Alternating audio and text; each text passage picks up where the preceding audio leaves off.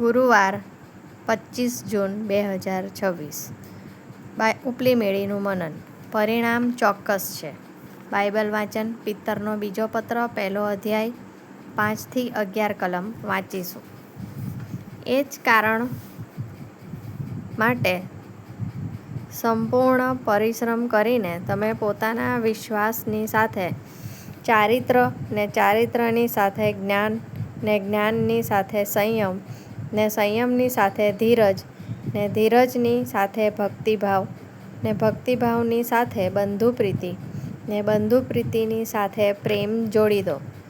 કેમ કે જો એ સઘળા તમારામાં હોય તથા તેઓની વૃદ્ધિ થાય તો તેઓ આપણા પ્રભુ ઈસુ ખ્રિસ્તના જ્ઞાન વિશે તમને આળસુ તથા નિષ્ફળ થવા દેશે નહીં.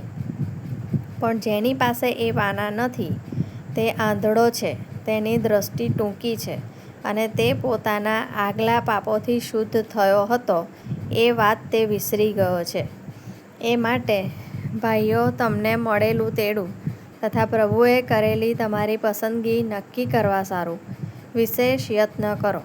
કેમ કે જો તમે એવું કરો તો તમે કદી ઠોકર ખાશો નહીં. કારણ કે એમ કરવાથી તમે આપણા પ્રભુ તથા તારનાર ઈસુ ખ્રિસ્તના સર્વકાળના રાજ્યમાં પ્રવેશ કરવાને પૂરેપૂરા હકદાર થશો. આમેન.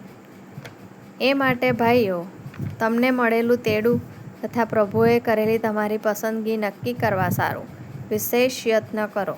કેમ કે જો તમે એવું કરો તો તમે કદી ઠોકર ખાશો નહીં. ઈશ્વર એના વાંચેલા વચન પર આશીર્વાદ આપે. આમેન. મારો ભાઈ અને હું જીમમાં સાથે કસરત કરતા હતા અને તે મારી મદદ કરવા માટે મારી સાથે હોવાના કારણે મને વધુ વજન ઊંચકવાના માટે ઉત્તેજન આપતો હતો. તે મને મદદ કરવા તૈયાર હતો અને મને ખાતરી આપતો હતો કે હું નિષ્ફળ નહીં જાઉં. કેટલીક વાર હું ચોક્કસ નહોતો કે તે વધારે વજન ઊંચકી રહ્યો છે કે હું. ગમે તે હોય, હું સક્ષમ બન્યો. જેમ મારા ભાઈએ મને સફળ થવામાં મદદ કરી તેમ પિત્તરના બીજા પત્રના 1 અધ્યાયમાં આપણા વિશ્વાસને વધારવા માટે અનુસરવા જેવી યોજના બનાવી છે, જેના ચોક્કસ પરિણામની ખાતરી છે.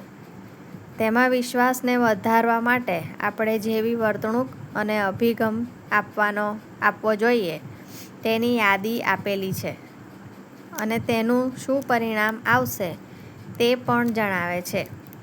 તમે કદી ઠોકર ખાશો નહીં. કારણ કે એમ કરવાથી તમે આપણા પ્રભુ તથા તારનાર ઈસુ ખ્રિસ્તના સર્વકાળના રાજ્યના પૂરેપૂરા હકદાર થશો. જેમ આપણે ઈસુના જીવનમાં સિદ્ધાંતો અને આચરણને આપણા જીવનમાં લાગુ કરીએ છીએ ત્યારે આપણું ભવિષ્ય વધુ આશાસ્પદ બને છે અને આપણે સામર્થ્યવાન બનીએ છીએ. જ્યારે આપણે પવિત્ર શાસ્ત્રના માર્ગદર્શનને સ્વીકારીએ છીએ અને તેનું પાલન કરીએ છીએ ત્યારે તે આપણને એક અચળ વિશ્વાસ આપે છે કે ઈશ્વર આપણી સાથે છે અને તેઓ આપણું પાલન કરશે.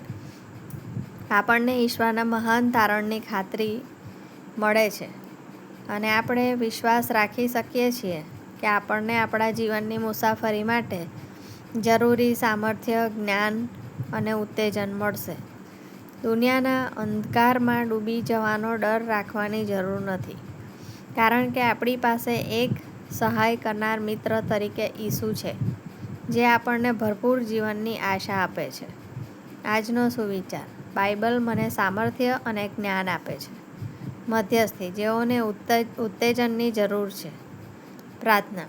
વહાલા પ્રભુ, અમને તમારી સાથે ચાલવામાં અને તમારા પવિત્ર વચનોના જ્ઞાનમાં વિશ્વાસ રાખીને વધુ આત્મવિશ્વાસવાળા બનવામાં મદદ કરો. પ્રભુ ઈસુના નામમાં. આમેન.